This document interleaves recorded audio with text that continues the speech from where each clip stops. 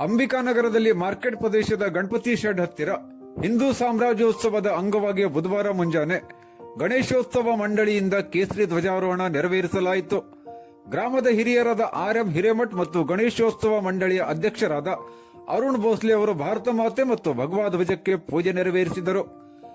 ರಾಷ್ಟ್ರೀಯ ಸ್ವಯಂ ಸೇವಕ ಸಂಘದ ಕಾರ್ಯನಿರ್ವಾಹಕರಾದ ಮಾರುತಿ ಗೌಡರವರು ಛತ್ರಪತಿ ಶಿವಾಜಿ ಅವರು ಹಿಂದವಿ ಸಾಮ್ರಾಜ್ಯವನ್ನು ಕಟ್ಟಲು ಜೀವದ ಹಂಗನ್ನು ತೊರೆದು ಹೋರಾಡಿದ್ದರ ಕುರಿತು ವಿಸ್ತಾರವಾಗಿ ವಿವರಿಸಿದರು.